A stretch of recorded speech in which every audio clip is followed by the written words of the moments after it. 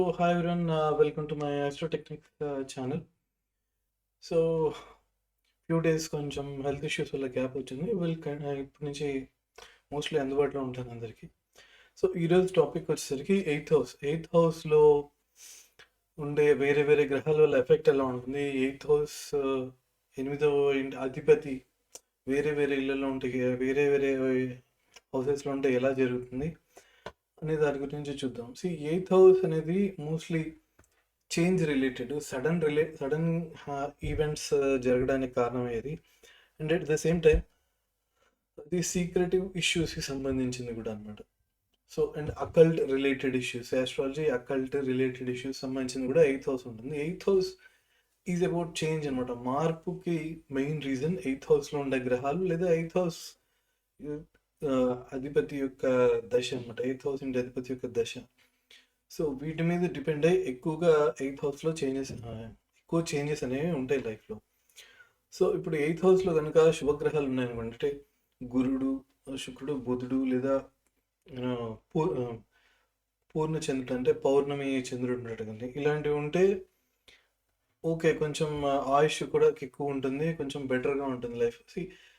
Eighth house is about ఆయుర్దానికి సంబంధించింది కూడా ఎయిత్ హౌస్ అనమాట. అదే పాపగ్రహాలు ఉన్నాయనుకోండి, ఇది లైఫ్లో చాలా ఇబ్బంది పెడుతుంది. అండ్ ఇది కాక మ్యారేజ్ లైఫ్ని కూడా దెబ్బతీస్తుంది. ఎందుకంటే ఇప్పుడు మీకు ఎయిత్ హౌస్ అనేది సెవెంత్ హౌస్ నుంచి సెకండ్ హౌస్ అవుతుంది.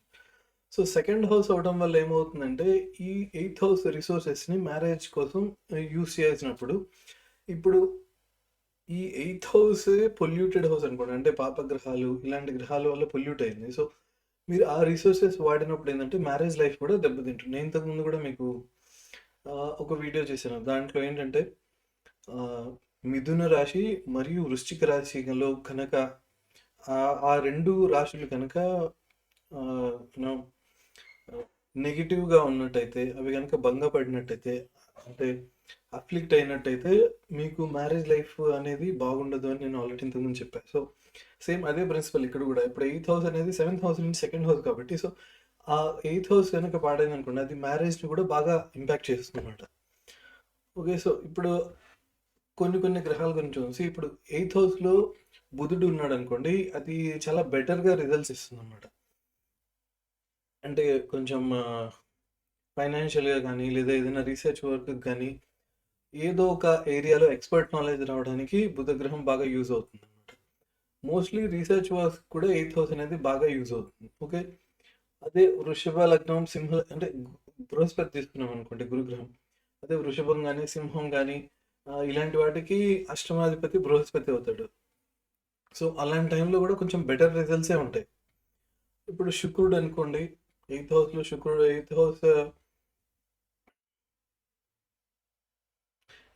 శుక్రుడు ఉన్నాడు అనుకోండి, అది కూడా కొంచెం బెటర్. అంటే ఆయుర్దాయాన్ని పెంచడానికి అండ్ వెల్త్, ఇక్కడ ఇన్కమ్ కాదు వెల్త్ గురించి మాట్లాడుతున్నాం, రెండు వేరు. వెల్త్ని పెంచడానికి యూజ్ అవుతుంది అనమాట. అదే శని అష్టమంలో ఉంటే ఆయుష్ని పెంచడానికి కొంచెం ప్రాబ్లమ్స్ ఎక్కువగా ఉంటాయి, అంటే లైఫ్లో ప్రాబ్లమ్స్ ఎక్కువగా ఉంటాయి. బట్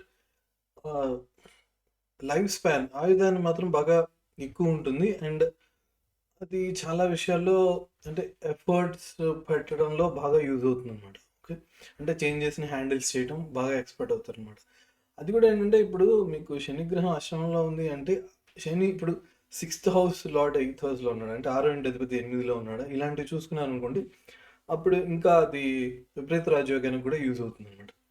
అదే కుజుడు ఉన్నాడు అనుకోండి, ఇది మ్యారేజ్ రిలేటెడ్ ఇష్యూస్ క్రియేట్ చేస్తుంది. బికాజ్ ఎయిత్ హౌస్లో కుజుడు అంటే సెవెంత్ హౌస్ నుంచి సెకండ్ హౌస్ అవుతుంది. ఇది మ్యారేజ్లో కొంచెం ఇబ్బందులు, గొడవలు ఇలాంటి వాటికి ఇబ్బంది క్రియేట్ చేస్తుంది. ఇది కాక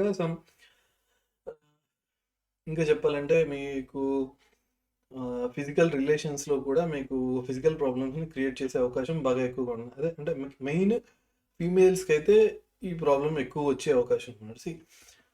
అదే ఇప్పుడు వక్ర గ్రహాలు ఉన్నాయనుకోండి అష్టమాగంలో, అది కొంచెం ఎక్కువ ప్రాబ్లమ్స్ని క్రియేట్ చేస్తాయి అనమాట.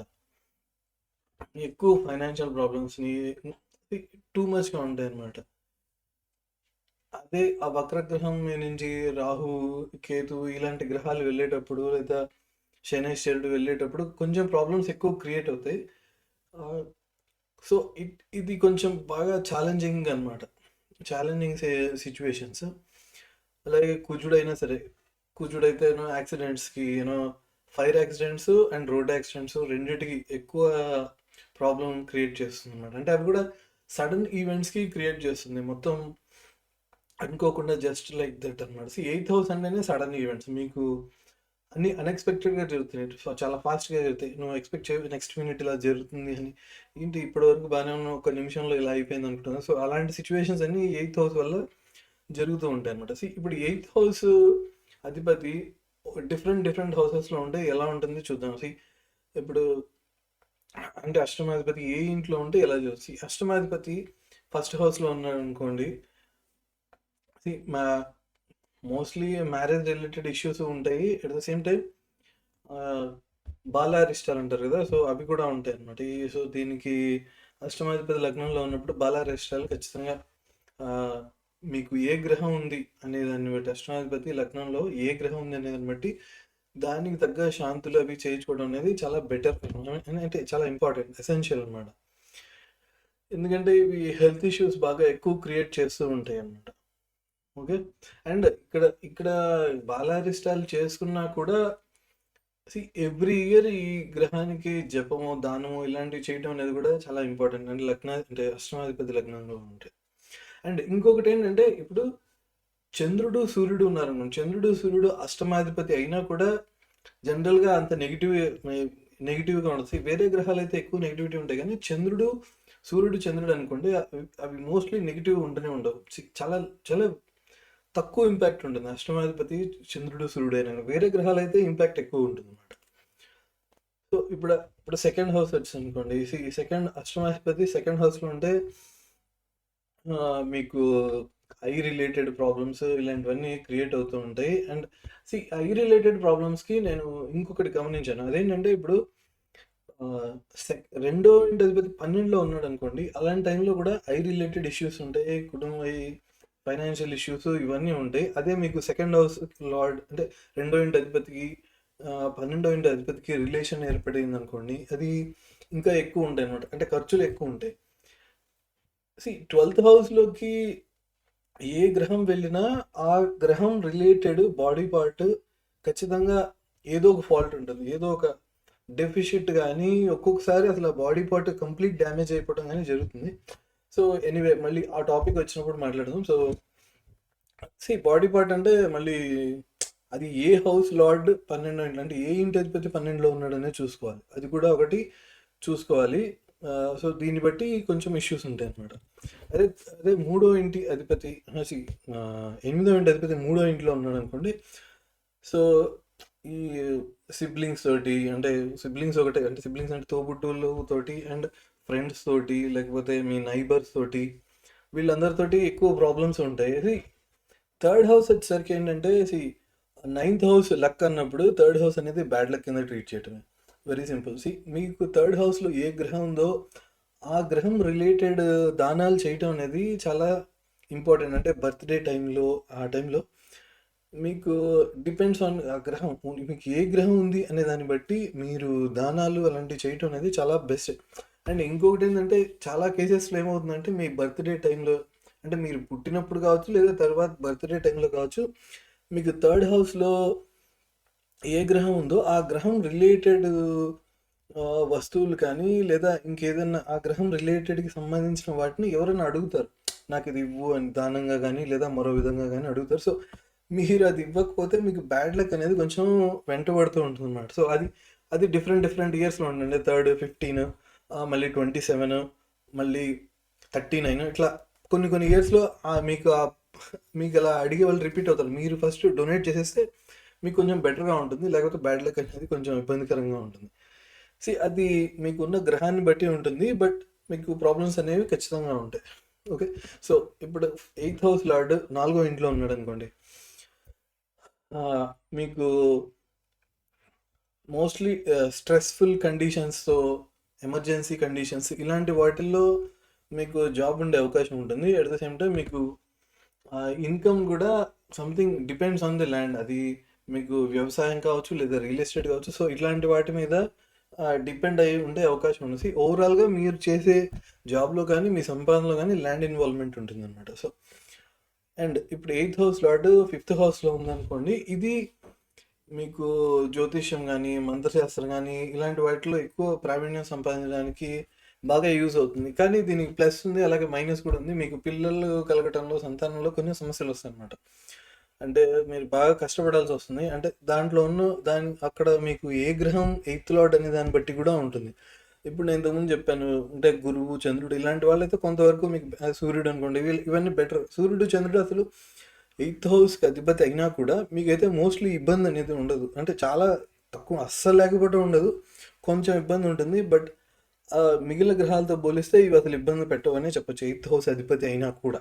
ఓకే, సో అదే 6వ ఇంట్లో ఉన్నాడు అనుకోండి. 8th హౌస్ లార్డ్ 6th హౌస్లో ఉంటే విపరీత రాజయోగం ఉంటుంది. కానీ ఇక్కడ ఏంటంటే మీకు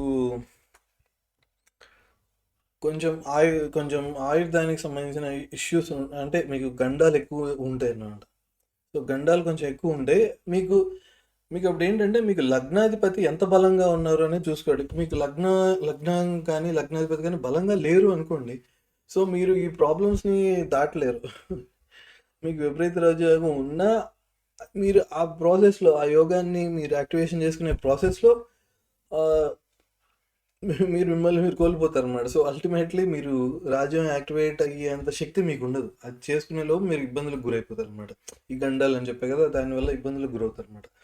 సో అదే 8th హౌస్ లార్డ్ 7th హౌస్లో ఉన్నారనుకోండి. So mostly 8th house is about change, uncertainty, అంటే మనం అనుకోకుండా అకస్మాత్తుగా జరిగేవి, ఇలా సడన్ ఈవెంట్స్ సంబంధించినవి. అండ్ ఇది 8th హౌస్ని రంధ్రభావం అని కూడా అంటారు. ఏంటంటే మీకు ఇప్పుడు స్పేస్లో బ్లాక్ హోల్ ఎలాగో 8th హౌస్ అలాగనమాట. సో మీకు దాంట్లో అన్నీ ఖర్చు అయిపోతూ ఉంటాయి. సో 8th హౌస్లో అప్పుడు 7thలో ఉన్నప్పుడు మీకు మ్యారేజ్ రిలేషన్ కూడా నిలబడటం కొంచెం కష్టం అవుతుంది, విడిపోవాల్సి రావచ్చు, దూరంగా ఉండాల్సి రావచ్చు, ఇలాంటివన్నీ జరుగుతుంటాయి అనమాట. So 8th house lord 8th హౌస్లో ఉంటే కొంతవరకు బెటర్. అంటే మీకు అక్కడ 8th హౌస్ లార్డ్ ఎవరు అనే దాన్ని బట్టి కూడా డిపెండ్ అయి ఉంటుంది. కానీ మీకు కొంచెం జాబ్ రిలేటెడ్ వాటిలో ఇష్యూస్ కొంచెం క్రియేట్ అవుతూ ఉంటాయి అన్నమాట. ఓకే, అదే 8th హౌస్ లార్డ్ 9thలో ఉన్నారనుకోండి, మీకు ఫాదర్ హెల్త్ ఇష్యూస్ వస్తాయి. ఇది మీకు ఏంటంటే ఈ ట్రెడిషనల్ ఆస్పెక్ట్స్ వీటిల్లో పాల్గొనడానికి కూడా ఇబ్బందులు అవుతూ ఉంటాయి. మీరు వాటిలో పాల్గొన్నా కూడా మీకు ఏదో ఒక ఇబ్బంది అనేది కలుగుతుందన్నమాట. మీరు ఈ ట్రెడిషన్స్ని కరెక్ట్గా మీకు ఫాలో అవ్వాలన్నా ఫాలో అవ్వడానికి ట్రై చేసేటప్పుడు ఏదో ఒక పొరపాటు జరగటం, అలా జరిగి మీకు చాలా ఆపర్చునిటీస్ పోతూ ఉండటం, ఇలాంటివన్నీ కొంచెం జరుగుతూ ఉంటాయి అన్నమాట. సో అదే 8th హౌస్ లార్డ్ 10thలో ఉన్నాడు అనుకోండి, పేరెంట్స్కి కొంచెం ఇబ్బందులు ఎక్కువ కలుగుతూ ఉంటాయి. అంటే వాళ్ళకి ఇబ్బందులు కొంచెం ఎక్కువగా ఉంటాయి. కానీ మీకు కనుక కొంచెం అది పేరెంట్స్కి ఇబ్బందికరంగా ఉండొచ్చు, బట్ మీకు కొంతవరకు బెటర్ అనమాట.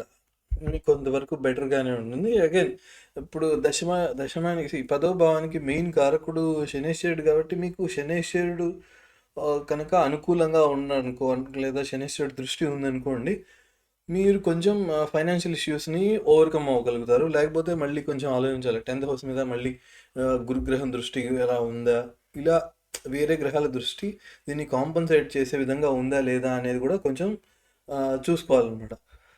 8th హౌస్ లార్డ్ 11th హౌస్లో ఉందనుకోండి, గురువు శుక్రుడు చంద్రుడు ఇలాంటి వాళ్ళు అయితే ఓకే. కానీ ఇప్పుడు అది కనుక పాపగ్రహం అనుకోండి, మళ్ళీ కొంచెం లైఫ్ స్పాన్ మీద ఇంపాక్ట్ ఉంటుంది. కొంచెం గండాలు ఎక్కువగా ఉంటూ ఉంటాయి అన్నమాట. అగైన్ 11th హౌస్ వచ్చేసరికి మీకు మదర్ ఇన్ లా అండ్ మీకు నెట్వర్క్ ఉంటుంది కదా, అంటే మీ ఫ్రెండ్, అంటే హయ్యర్ స్టేటస్లో ఉన్న వాళ్ళ నెట్వర్క్ ఉంటుంది, అంటే ఫ్రెండ్ సర్కిల్ కానీ ఈ నెట్వర్క్స్ గ్రూప్స్ అనేవి ఉంటాయి కదా. సో మీకు వాటిల్లో ఇష్యూస్ వస్తాయి. మీకు పాపగ్రహాలు ఉంటే 8th లార్డ్ కనుక 11thలో ఉండి మీకు వీళ్ళు ఉన్నారనుకోండి, ఇట్లా అంటే ఈ కొంచెం సొసైటీలో మంచి పేరున్న వాళ్ళతోటి, హయ్యర్ స్టేటస్ వాళ్ళతోటి, లేకపోతే మదర్ ఇన్ లా సైడ్ కానీ ఇలాంటి రిలేషన్స్లో ఇంపాక్ట్ అవుతే ఇది మీకు కొంచెం గండాలను కూడా క్రియేట్ చేస్తుంది ఖచ్చితంగా చెప్పచ్చు. ఓకే, అదే ఎయిత్ హౌస్ లార్డ్ 12th ఉన్నాడు అనుకోండి, ఇది చాలా మంచి రిజల్ట్ అండ్ విపరీత రాజయోగానికి కూడా మంచి కాంబినేషన్ అని చెప్పొచ్చు. అండ్ ఇది ఆయుష్ని కూడా పెంచుతుంది. అండ్ మీకు వచ్చే చాలా ప్రాబ్లమ్స్ ఆటోమేటిక్గా క్లియర్ అయిపోతూ ఉంటాయి. ఏదో ఒక విధంగా మీకు ఏదో ఒక సిచ్యువేషన్స్ వచ్చి ఏదో ఒక విధంగా మీకు 8th హౌస్లో 12th హౌస్లో మీ ప్రాబ్లమ్స్ ఆటోమేటిక్గా క్లియర్ అవుతూ ఉంటాయి అన్నమాట. సో ఎయిత్ హౌస్ అనేది అన్ని సార్లు నెగిటివ్ అని చెప్పడం కుదరదు. ఇది డిపెండ్స్, మీకు ఎయిత్ హౌస్లో అటు ఎక్కడ ఉన్నారు అనేది ఉంటుంది. మళ్ళీ మీకు ఎయిత్ హౌస్లో ఉన్న గ్రహాన్ని బట్టి మీకు కొంచెం సీక్రెట్ నాలెడ్జ్ కానీ ఇలాంటివి ఉంటాయి. అండ్ మీకు చాలా మందికి తెలియని విషయాలు మీకు తెలుస్తూ ఉంటాయి. ఇలాంటి కొన్ని స్పెషల్ ఆస్పెక్ట్స్ అనేవి ఉంటాయి అన్నమాట. కొన్ని కొన్ని స్పెషల్ క్వాలిటీస్ ఇలాంటివన్నీ ఉంటాయి అన్నమాట ఎయిత్ హౌస్లో ఉన్న మీకు గ్రహాన్ని బట్టి. సో కంప్లీట్గా బ్యాడ్ అని చెప్పలేం, కంప్లీట్గా గుడ్ అని చెప్పలేం. అదొక మిస్టరీ హౌస్ అన్నమాట. సో చాలాసార్లు ఎయిత్ హౌస్లో చెప్పే ప్రిడిక్షన్స్ కొంచెం కంప్లీట్లీ రివర్స్ అవుతూ ఉంటాయి. ఆ, అది అది కొంచెం మిస్టరీ హౌస్ ఎవరికైనా, most of the cases. But ఓవరాల్గా ఇన్ జనరల్ అయితే నేను కొంచెం క్లియర్గానే ఎక్స్ప్లెయిన్ చేశాను. సో మీకు ఎయిత్ లాట్ ఏ హౌస్లో ఉన్నారు ఏంటి చూసుకొని మీ రిజల్ట్స్ మీరు ఎక్స్పెక్ట్ చేయొచ్చు అనమాట. So that's it for this video. Please like, share and subscribe. Thank you. Bye.